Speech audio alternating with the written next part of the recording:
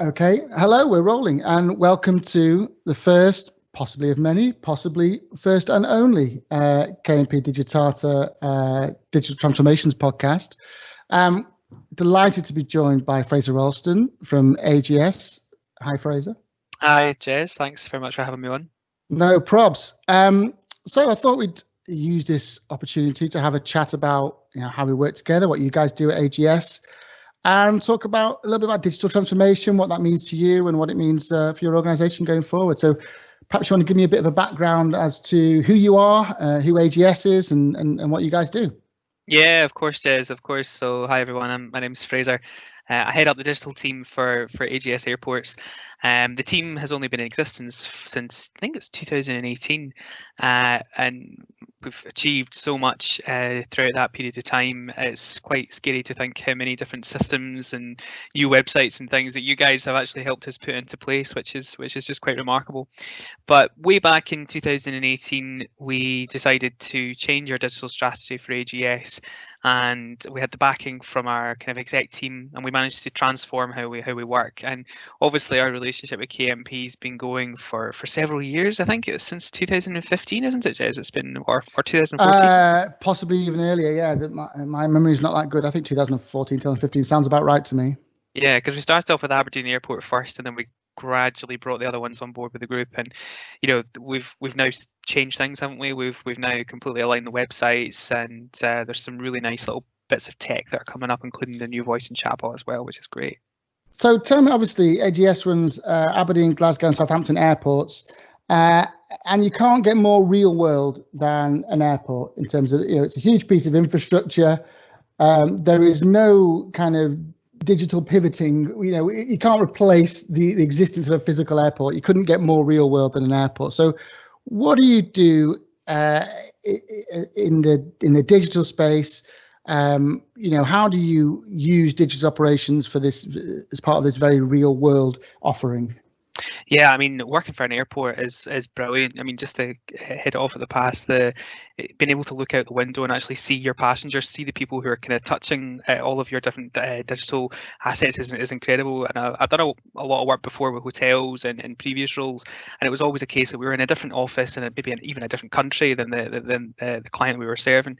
But being able to look out the window and actually seeing, all your passengers that are using all of your digital assets is brilliant.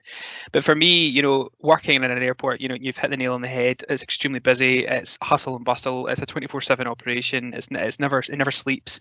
It's on the go 365, and anything can be thrown at us at any time. Because obviously we've got the luxury of passengers coming in and out as they normally do. But sometimes even emergencies come along, which is where digital not only helps with the day-to-day, but also helps with the reactory types of things that we need to cater for.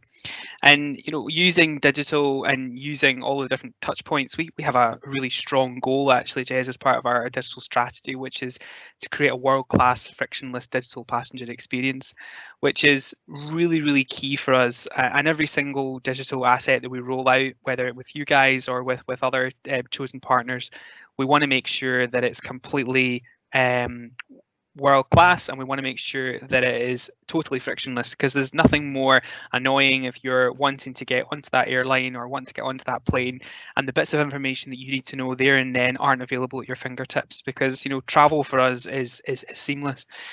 Obviously COVID has massively changed that, hence us doing this from our homes, obviously, rather than doing it from the actual airport. I'd love to be showing you around and doing a video tour and all of those things, but that has again changed the dynamic and added another layer of complexity to what is the airports we do. I have to be honest with you, Jez, I absolutely love it.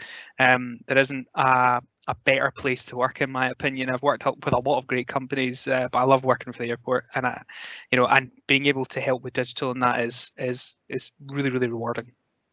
I like what you said there about a real world digital frictionless experience, and I might ask you to expand on that a little bit later. Sure.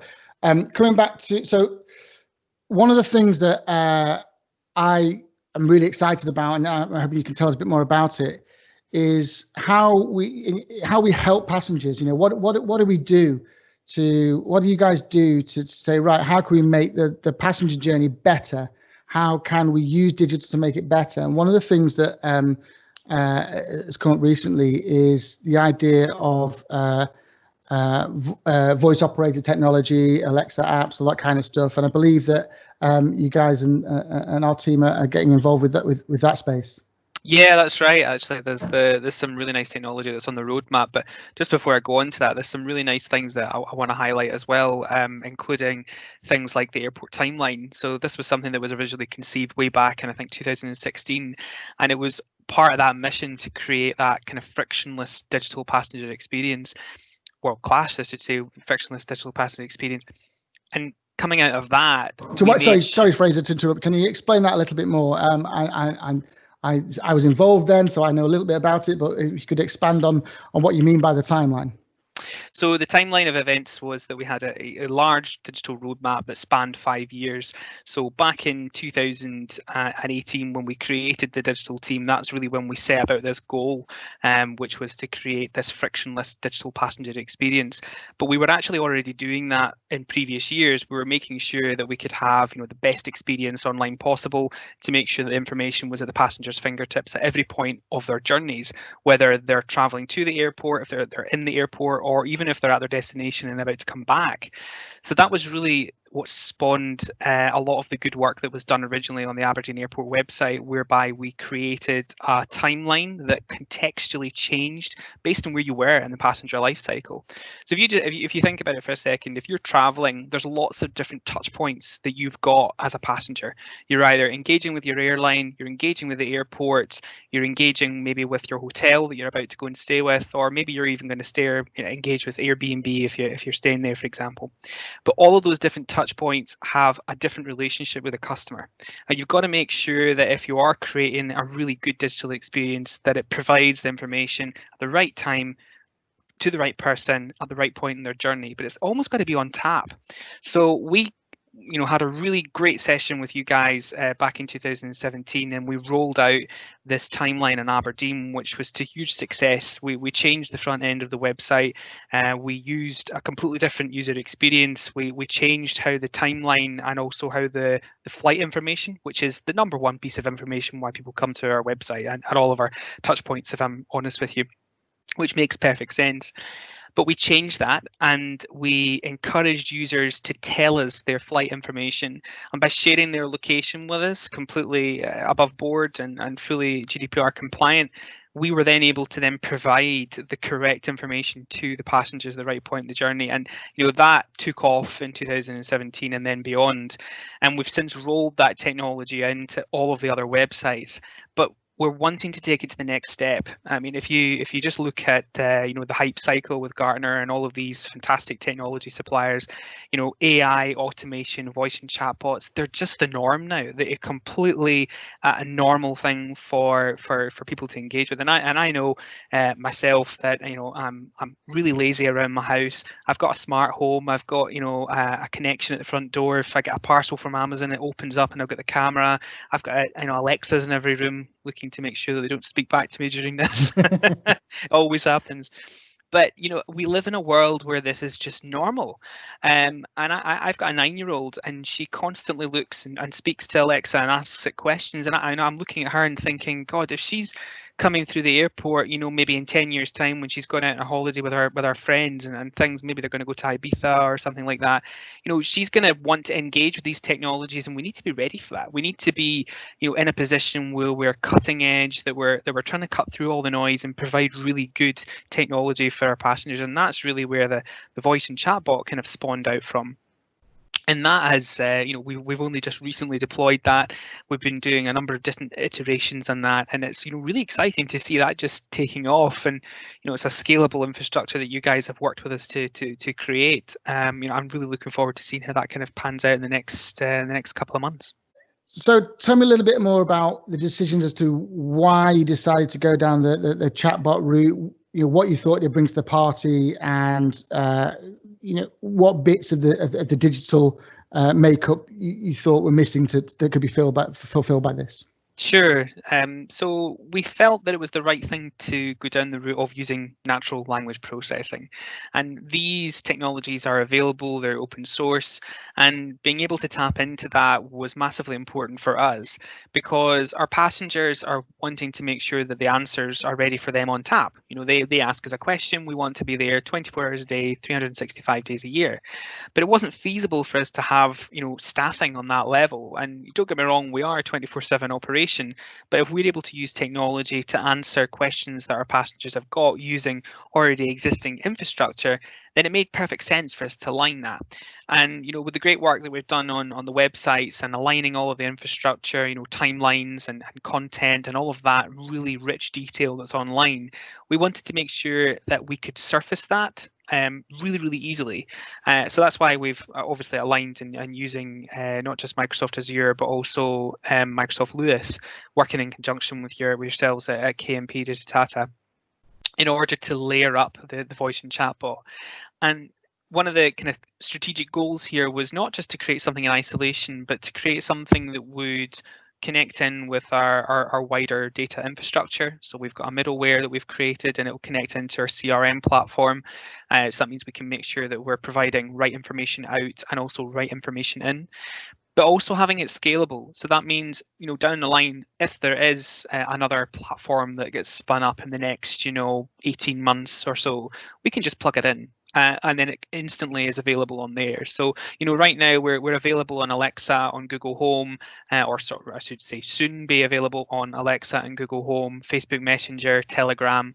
But, you know, within the next 3 to 6 months, there's nothing to say that we can't include WhatsApp, we can't include WeChat, TikTok, anything else that has, you know, an API-based architecture that can accept it. So as long as we can plug and play, then we're in a really good space to do that. Yeah, that's what I like. I'm a bit removed from this project, but that's what I like from what I hear is the fact that it's not trying to reinvent the wheel. It's not trying to be all-encompassing. It's piggybacking on existing systems you've got there, using APIs, plugging into data from the website or from lost property systems. You know, and it's a really, what I really like is that you guys went and asked your customer services team, you know, what are the main things you get asked? That's right, isn't it? Is that how you came up with the idea of using it for lost properties? It was, yeah. It was a mix actually. So we went and we asked our customer service team face to face, but also we looked at the data because right now it's flowing through the same structure on our CRM platform. So we're able to interrogate that and understand that better. And also looking at all the feedback that we get through the current website and on our social media channels as well, because it's all managed in one centralized platform. So that was a massive amount of learning that we took, and we'll go live with this voice and chatbot first with Glasgow, and then we'll be rolling it out into Aberdeen and Southampton later. But the key thing for us was scalability, and that's massively important as we move forward, and it kind of allows us to make that frictionless experience for the customer because they can be on any device, and you know, they can be on any device, but then pick up a conversation on another device, but it's all then with the airport. It doesn't actually matter about us having a conversation with the customer on Facebook, on WhatsApp, on Twitter. It's just a conversation with the customer. So it's true omni-channel, which we're really trying to achieve. I like to think of it as thinking about how to be useful. It's simple as that. You know, how can we be useful to a passenger? It's not about just, you know, making a voice app because it's the next thing to do. It's the cool thing to do. It's like, how is this going to help the passenger? Yeah, absolutely, Jez. We're not making it for the sake of making it. We're doing it because it's the next evolution. Because you know we're as everyone knows, we're in the fourth industrial revolution right now. It's happening right in front of our eyes. So we need to capitalize on it, and we need to make sure that, you know, we're embracing these technologies and that we're just there for the passengers when they need us. And that's exactly what our digital team is all about. Which brings us quite nicely to the unavoidable topic of COVID-19 and how that's affected you guys, because 6 months ago the world was really very different, and you can argue that COVID and the resultant measures and changes in people's behaviour affects every business, but it's really hard to think of a more affected organisation than an airport. So how does this change your approach? How does this change what you do day to day? I mean, it's probably a tough question to ask at the moment, but I have no doubt you've been thinking about it for quite some months. So what do you think? That's a fair ask. It's a fair ask, Jez. It's not been easy, I think, is the fair thing to say. But from a digital perspective, it actually was an opportunity for us to quietly scale down our operation, but then actually focus on the real things that mattered. So we took stock very, very quickly of all the different things that were on our roadmap, and we actually accelerated quite a number of projects. We brought forward the creation of the new websites, Southampton and Aberdeen, for example. We also brought forward our kind of code base alignment projects and a couple of other things that we've got on the roadmap. And we've now come out, or I say we're coming out of COVID. Obviously when this has been broadcast, we're currently in phase 3. So I hope when this comes out, we'll be in phase 4. But we're in a really strong position digitally now, stronger than we've actually ever been before, because we've actually had the time to go in and focus on these really key projects and bring them forward. And now we're able to move forward on some things in the roadmap that were originally programmed in for 2022. We brought them right forward. So from that perspective, that's the blessing in disguise. Up front, dealing with the the reaction of COVID has been challenging on the team. Obviously, there's been furlough, there's been individuals lost along the way with every business across the world. So that's something that we always need to kind of always remember. And it's obviously awful the fact that so many people have lost their lives to coronavirus. I think that's something to always never forget, that we may all be sitting at home, but you always have to pinch yourself and say I'm really grateful to actually still be here, and have survived it in a way. But I think as a result of this, digital through and through across every organization, across every vertical, it has just transformed how businesses function. I mean, digital transformation, if you weren't doing it before, wake up and smell the coffee and get on and do it, because if you're not going to do it, your business is not going to exist. And you've seen some really key players, the Debenhams, Marks and Spencers, and all of those, huge companies, all suffering as a result of this. And as a result of that, we're looking at what retail options have we got in the airport going forward, and how can we utilize digital in order to really pull that forward to give our passengers more options. Could we offer the opportunity for passengers to reserve their shopping online before they get to the airport? Potentially. Can we do the whole thing online and potentially process payments? Potentially. All of that is something that we are really keen to look at, and moving forward with the timeline and moving things up the timeline because of COVID. This is the type of stuff that we need to be absolutely focusing on. That's quite interesting, isn't it? Because it's one of those things that forcibly shifts user behaviour, and it's going to be interesting to see how that affects the passenger journey and the enjoyment of people going on holiday. Because will they miss having a wander through duty free and running their hands along the various different, trying on sunglasses, all that kind of stuff, which isn't possible at the moment. Yeah. How are we going to miss that as a society? Is that going to be a miss, or are we just going to shift automatically? Quite happily use augmented reality to try on sunglasses or that kind of stuff ahead of actually going to the airport and buying them ahead of time, like you say. I guess it's hard to guess. Have you got any thoughts on the passengers and how they're going to be affected, and what's the most important thing right now to passengers? So I think the biggest concern or the biggest ask of a passenger right now is timely information. So if they are about to fly, or if they're wanting to ask a question, we need to be there in order to reply to that passenger as quickly as we possibly can. So that's really where the voice and chatbot kind of comes in, and we've got other bots that are operating at the moment to try and provide that information as timely as possible to passengers. Because we're under no illusion, if somebody's flying in the next couple of weeks, there may be some nervousness there, and there's also kind of getting used to the normal. So as humans, we don't really like change. It's just kind of pack and parcel. We all like to kind of settle into things that we know and we love and we do. But specifically with travel, and because of coronavirus, there's just been some mandatory changes that have been forced upon us. Of course, like the compulsory using of face coverings, the ability for customers to move through a terminal and stay 2 meters apart and maintain social distancing. And just like you were saying earlier on, not necessarily being able to try on your sunglasses, that just feels wrong that you're not able to do those things. But that's the thing for the passenger. If they've got those types of questions, we need to be making sure that we're able to provide those answers to them in a really kind of timely way. The second thing that you said there in terms of making sure the passenger experience is what's it going to be like? Can a passenger try on sunglasses? I think, as I said before, like digital's really going to take passengers' experience to the next level, and I really like the idea of using VR for trying on some sunglasses. So we should maybe look at that further. Actually, that's a really nice one. But using all of these great kind of digital tools at our fingertips, we have more power in our hand than we have in the International Space Station, because you've got an iPhone and you're able to do all these wonderful things. Let's use it. Let's absolutely capitalize on it and use it for the passenger experience and for the greater good of somebody coming through an airport, because not everyone's traveling through an airport for a holiday.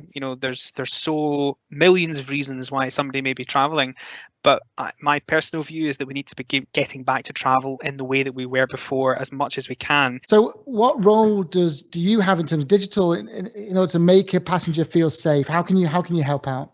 Sure. So, feeling safe when you fly is so important, and you can see this with airlines providing information, and so is the airport as well. We have got a massive campaign that's underway to kind of give that confidence back to passengers to say we're okay to fly, and it's true.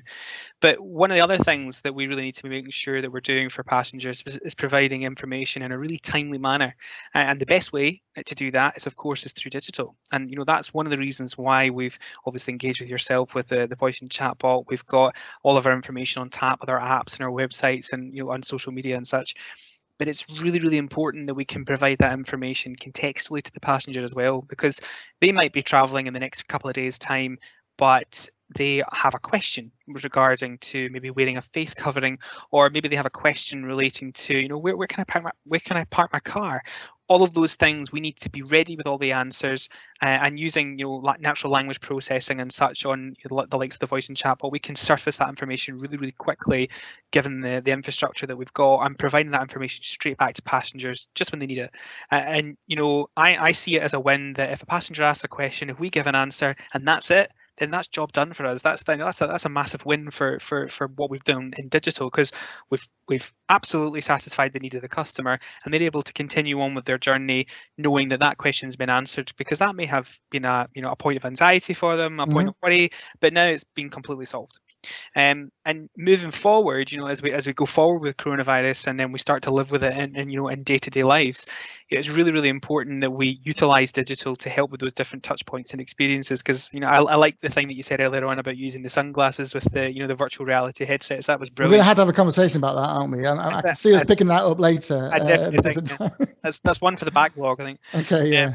But I think it's definitely worthwhile, exploring all these different types of technologies. And again, that these types of things have been on the Gartner hype cycle for years, and it's now coming to the point that coronavirus has just massively accelerated all these different things.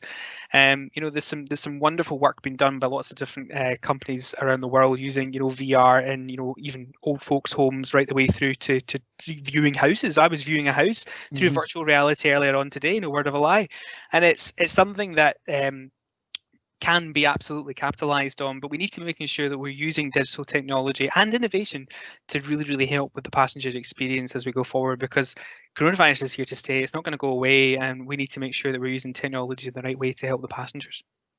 Is it true? I heard a rumor on the grapevine that you had to speak to Amazon to convince them that it was a good thing that you had information about COVID-19 on your Alexa app, rather than trying to be spammy. Is that the case? Yeah, this is true actually. Amazon had to be convinced that we were an airport and that we were needing to provide necessary information for coronavirus. So yeah, you're reliably informed. Yeah, otherwise they block it. I suppose it's good that they're monitoring these things. So one last question, Fraser, and I hope I'm not going to put you on the spot here, but say you're sitting in that living room I can see there, maybe practicing your drums, and future Fraser from a year's time appears, time travel back from a year in the future to give you some important advice about your role at AGS. What do you think he's going to tell you? Keep feeling fast, because it's the right thing to do. Very good. I like that. I think you'll never know something unless you try it, and I'm a firm believer of failing fast. I mean, we make so many mistakes in a week. I can't keep count, but I see that as success, because you're never going to be able to find out what the right thing is unless you try something. From split testing to trying a new technology to even testing something very, very small. If it makes a difference and it makes an impact, then keep doing it and refine it and refine it and refine it and keep doing it. And for me, fail fast has always been the motto, and I think it's something that's really, really wise to live by. So yeah, that would be what I would give myself if I was coming back in a year's time. I would just say, keep on it, and it's okay to fail fast. Good. Fraser Ralston from AGS, thank you so much. I've really enjoyed your company, and you speak a lot of sense. So thanks very much for joining me. Cheers, Jed. Thanks very much. No problem.